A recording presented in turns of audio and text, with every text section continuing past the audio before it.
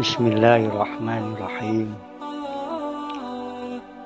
Berdasarkan surat At-Taubah ayat 60 yang berbunyi innamas shadaqatu lil fuqara'i wal masakin wal 'amilina 'alaiha wal mu'allafati qulubuhum wa fir riqabi wal gharimina wa fi sabilillahi wa ibnis sabil fariidatan minallah wallahu alimun hakim.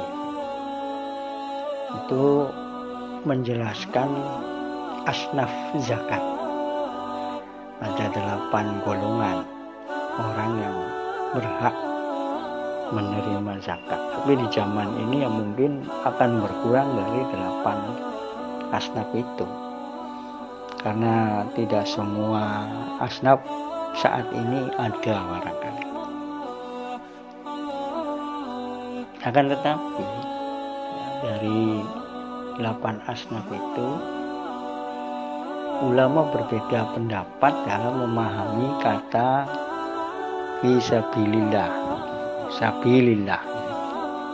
Jadi ada yang berhak menerima zakat itu fakir, miskin, amil dan seterusnya sampai sabilillah, ibnu sabil. Kalau ibnu sabil itu kan ulama sepakat musafir. Kalau sabilillah, nah ini ulama berbeda pendapat dalam memahami kata sabilillah itu. Yang menurut mayoritas ulama, sabilillah itu diartikan berjihad di medan perang. Sabilillah diartikan berjihad di medan perang. Berarti kalau bukan orang yang berjihad di medan perang, yang tidak termasuk dari asnaf. Karena memang kata sabilillah itu di dalam bahasa Arab itu memang ada zauq rasa atau kebiasaan orang Arab. Di dalam mengucapkan sabilillah itu adalah hanya untuk urusan berjihad di medan perang. Jadi kalau ada wong muruk ngaji atau takmir masjid itu di Arab tidak dikatakan sabilillah. Nah makanya mayoritas ulama, ingat ini kalimatnya mayoritas ulama, berarti nanti ada yang berbeda. Makanya dari awal sudah dikatakan ulama berbeda pendapat dalam memahami sabilillah di dalam surat At-Taubah ini. Surat At-Taubah ayat 60. Kemudian ada yang berbeda itu menurut Imam Sholeh bin Salim yang mengutip dari pendapat Ibnu Rusdi. Itu sabilillah itu diartikan lebih luas lagi, yaitu orang-orang yang berjuang menegakkan agama Allah atau li'ila kalimatillah. Li'ila kalimatillah tapi lebih luas, sehingga nanti akan bisa memasukkan banyak orang pada sabilillah, seperti guru madrasah, ustaz, ya, takmir masjid, itu juga bisa masuk dalam kalimat sabilillah kalau menurut pendapat Imam Sholeh bin Salim ini. Hingga perbedaan ini juga, tapi sebagian ulama itu tetap memberikan syarat, baik guru ngaji, takmir masjid dan lain sebagainya, itu harus fakir atau miskin. Maka ya bisa saja syarat fakir atau miskin itu juga menegaskan bahwa sabilillah juga lemah diartikan dengan arti yang luas tadi. Karena kalau ustaz, guru ngaji atau takmir masjid atau sebangsanya itu ya fakir dan miskin, ya berhak menerima zakat. Kalau tidak fakir atau tidak miskin, maka ya tidak berhak, kan begitu.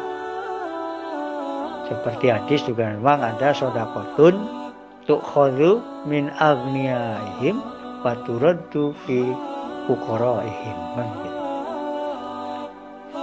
Jadi sedekah atau zakat itu dari orang kaya sing wong sugih, terus dinakakene ning wong melarat.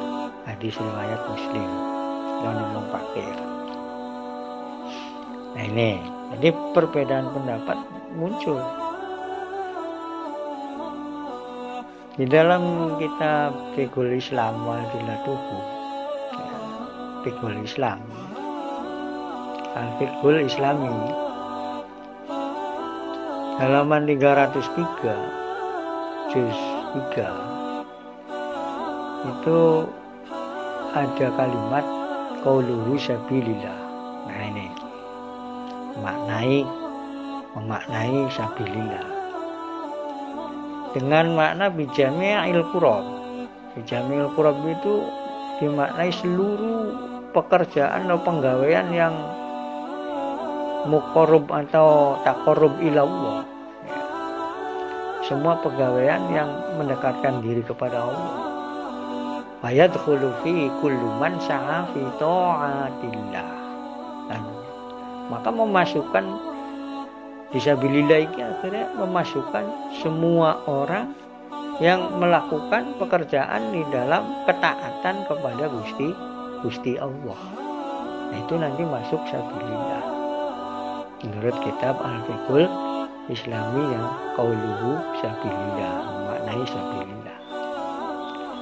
Li'anna fi sabilillah amun fil milki. Karena kalimat fi sabilillah itu amun, masih umum. Fil milki. Amun, masih umum. Hai berarti yashmalu ibaratal masajidi wa nahwaha. Artinya memasukkan dalam fisabilillah itu imaratal masajid, takmir masjid. Memasukkan takmir masjid atau sebangsanya atau semisal dengan takmir masjid, ya guru ngaji dan lain sebagainya. Itu masuk dalam kategori sabilillah kalau menurut kitab ini. Wa fassara ba'dul Hanafiyah. Nah ini sebagian pengikut madhab Hanafi, ini ba'dul Hanafiyah, itu menafsiri sabilillah. Wa fassara ba'dul Hanafiyah, sabilillah menafsiri sabilillah itu bitolabil ilmi. Bitolabil ilmi itu dengan luru ilmu atau penuntut ilmu. Walau kana thalibu ghaniyan, sekalipun orang yang menuntut ilmu itu sugih. Jadi santri sugih itu masuk dalam kategori sabilillah menurut ba'dul Hanafiyah. Nah, menurut ini berarti ya para santri berhak untuk menerima zakat. Gitu. Itu berdasarkan kitab Al-Fiqhul Islam wa Adillatuhu. Nah, selanjutnya ini yang berbeda ya, pendapat yang berbeda dari pendapat pada ulama pada umumnya. Saya sampaikan agar wawasan kita itu lebih luas lagi sehingga tidak mudah haram ini haram gitu. Jadi luas dan luas karena memang wahana ilmu itu sangat luas sekali. Jadi kalau memandang seluruh ilmu maka semuanya akan menjadi luas. Ya itulah. Di dalam Hasyiatul Bujairimi 'alal Manhaj itu menjelaskan, ini perbedaannya. Kalimat sabilillah itu hanya untuk diperuntukkan walidzalika kanal ghasbu ahaqqu bi itlaqi ismi sabilillah alaih. Yang paling tepat adalah untuk ghazwu, peperangan maknanya. Dia di medan perang. Nah, ini berbeda kan.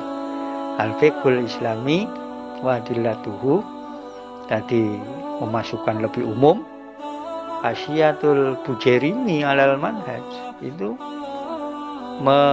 hanya mengartikan sabilillah itu lebih tepatnya itu adalah para pejuang di jalan Allah, yang dimaksud adalah ghazwu, di medan perang. Gitu. Bitlaq ismi sabilillah. Nah, ini jelas berbeda. Pendapat para ulama berbeda. Karena itu ya bagi yang sudah mengetahui perbedaan ini ya akan lebih enak, akan lebih luas, akan lebih legowo. Karena banyak pemahaman. Sehingga ketika ada orang yang mungkin memberikan zakatnya kepada kiai, kepada ustadz, atau kepada guru madrasah, ini menjadi tidak tanda tanya, itu haram apa tidak, boleh apa tidak. Tidak langsung haram, tidak boleh untuk makan api dan sebagainya ya. Nah, ya tergantung dari ngambil pendapat yang mana gitu. Ada lagi dari Syarhul Mukhtasar. Nah, ini nih pendapat lain lagi ada nih, Syarhul Mukhtasar Khalilul Khorsi Al-Maliki. Nah, berarti dari pendapatnya golongan para madhab Maliki. Di sini ada pendapat dari madhab Maliki mengatakan Syarhul Mukhtasar iku ya juzu. Nah, ini dari halaman 216 juz 2. Ya juzu boleh apa itu zakati ngupahi zakat, nak akan zakat lil qori ning wong ahli maca Quran, ning qori itu boleh, berarti berhak. Wal alimi lan juga boleh memberikan zakat ning wong alim. Wal muallimi wong kang muruk ngaji. Wa man fihi manfaatul lil muslimin, dan orang yang bermanfaat bagi orang banyak, orang Islam banyak. Walau kanu agniyaan. Nah, ini lihat, sekalipun mereka itu walau kanu agniyaan, sekalipun mereka itu suki. Berarti tidak disyaratkan apa qori, kiai, orang guru ngaji, takmir masjid, tidak disyaratkan untuk fakir atau miskin. Walau kanu agniya, sekalipun dia kaya, ya juzu itu zakat, boleh untuk menerima zakat, ya juzu. Nah, itu dari kalimat ini yang diambil dari Syarhul Mukhtasar Khalilul Khorsi Al-Maliki, halaman 216 juz 2. Di sana juga dikatakan qauluhu wa fi sabilillah, yakni al-mujahid, memaknai sabilillah adalah al-mujahid, pejuang. Tapi pejuangnya li'i'la'i kalimatillah, karena muncukaken kalimat Gusti Allah. Berarti tidak hanya berperang di medan perang. Nah, li'umumi naf'ihim lil muslimin, yaitu maknanya sangat umum yang dimaksud dia mampu memberikan manfaat kepada orang-orang Islam, apa saja perbuatannya, pekerjaannya, ngamalnya apa saja, yang penting dia memberikan manfaat kepada orang Islam pada umumnya. Walau kana ghaniyan, sekalipun suki. Kalau tadi walau kanu agniya, sekalipun mereka itu suki, kaya, tidak disyaratkan fakir, siapa lagi fakir miskin, yaitu nanti masuk pada asnaf fakir atau miskin, jelasnya kan gitu. Kalau ini walau kanu agniya, dia tidak termasuk asnaf fakir atau miskin, tapi dia itu qori, kiai, orang alim, atau guru ngaji, atau takmir masjid, dan juga orang-orang yang memberikan manfaat untuk orang Islam atau tetapnya agama atau tingginya kalimat Allah, luhurnya kalimat Allah itu masuk dalam kalimat sabilillah menurut Syarhul Mukhtasar Khalilil Khosi Al-Maliki. Terima kasih. Wassalamualaikum warahmatullahi wabarakatuh.